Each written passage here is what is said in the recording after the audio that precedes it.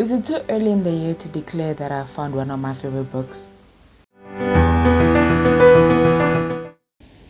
Hi, my name is Masikana Mungulwa and welcome to I Am Masikana TV. Please like, subscribe, press your notification button that whenever I upload a new video, you should get notified. Not one of my favorite 2021 books, but just in general, one of my favorite, I think should fall under a classic book. And this book is called Running for My Life by Lopez Lamung. His story begins when he was 6 years old. He was kidnapped by a rebel camp in South Sudan. So he was supposed to be trained to be a soldier and he was supposed to go to a war, and that didn't quite work out because he was too small.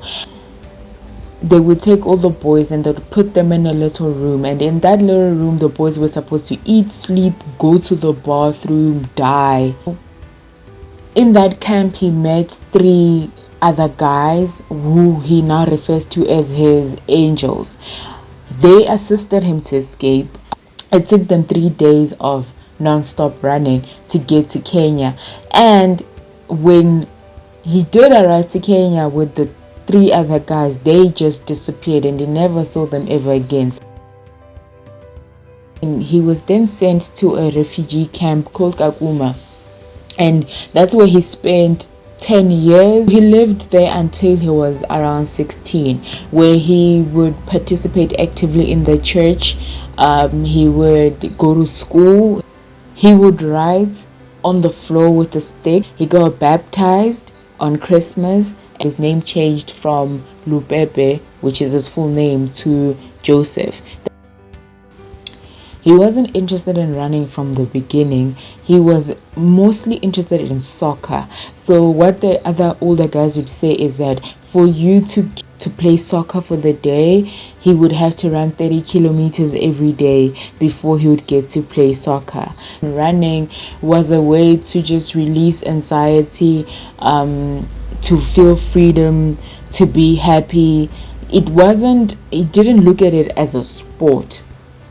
So in that refugee camp, he used to be the manager. A food parcel came. On Christmas they would get a chicken. He was the one who would ration it perfectly so that everybody could get a piece. He was the one that would look after the low young guys. It was like the older brother to everybody at the camp. He would run past this field and then he went and he got a job in this field. The owner of the field paid him 5 shillings, and then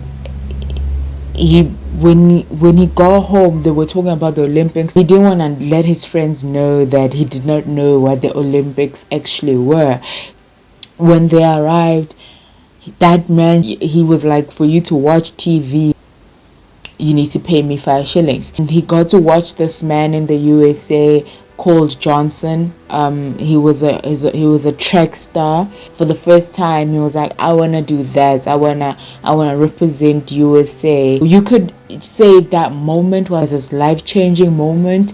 His journey sort of began shortly afterwards. America was looking to take in 3,700 boys. He really wanted that opportunity, so he wrote a letter which he told his story in the essay. He then got sponsorship and he was to then move to America. He started a new life in New York, and his goal for the Olympics came alive, and long story short, he ended up running for the Olympics. At first I thought it was just going to be one of those self-help books, because it's a self-help but told through story time, an autobiography. It's a very inspiring book. I thought before I even read it, I was like, instead it was very enlightening and it was very inspiring. The story had the ability to take us to a completely different world. What I loved about the book is the humility of the author. Throughout the book, he conveys such an innocence, and you'd think that once he's gotten to America, he's going to adapt a certain arrogance that comes with I made it, or I'm proud, or I'm running the Olympics, so I'm the best runner there is. But he is honestly the most humble person. He used this story to tell a bigger story. It wasn't, oh, I did it. It was like, we did it, and thank you, God. And he's so positive. He didn't look at his success as a him thing. It became, I need to also give back to my country, even though I belong to America and I don't plan on going back to South Sudan. He still was like, I want to do something bigger than myself. In my last video, I was discussing faith. Like, if we had to find a real life character that was faithful and committed, it has to be this character. It has to be this author. He came in, when he came to America, he couldn't speak a word of English. The only words he was able to say was yes. He didn't even know how to turn on a tap, let alone flush a toilet. Like, he still stayed humble, and I think that is so beautiful.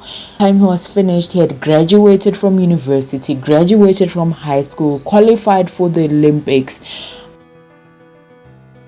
It's so endearing to actually see someone have to be taught everything, and so many interesting like little bits that will make you laugh out loud. And there's also certain gruesome parts where it's honest, where there's death and then there's blood, and then there's also that innocence of a person who's rediscovering who they actually are in a new city. And he'd stay up late to study just so that he can write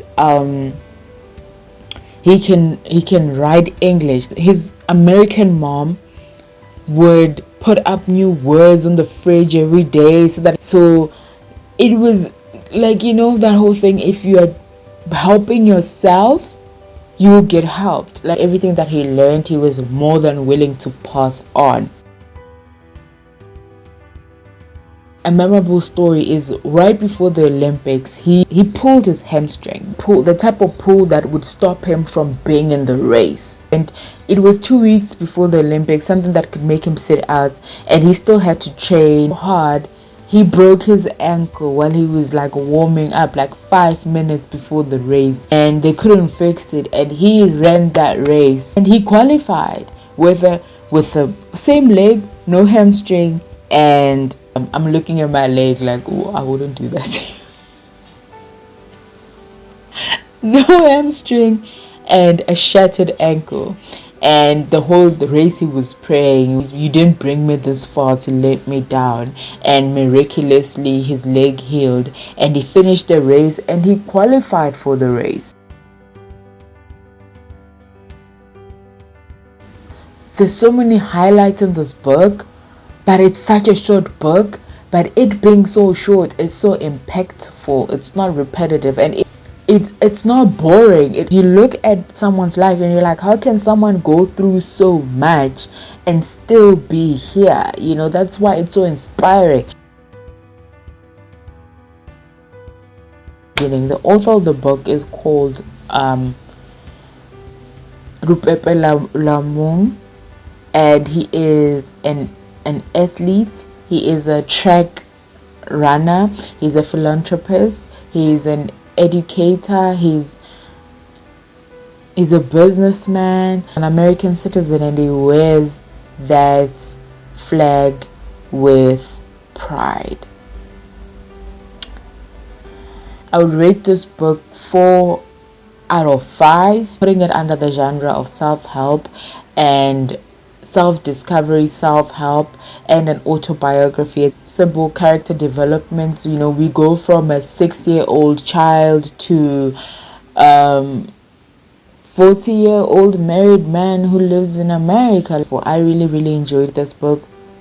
I would read it again. I would suggest everybody reads it. I put it on my Twitter as book of the month. Speaking of Twitter, If you like my reviews, please like, comment, subscribe. You can follow me on I am Masikana on Twitter, I am Masikana on Instagram, Masikana Mungulwa on LinkedIn. And this is I am Masikana TV, and we're reviewing Running for My Life by Lopez Lemong. I would highly recommend and suggest this book, and I can't wait to see you for my next video.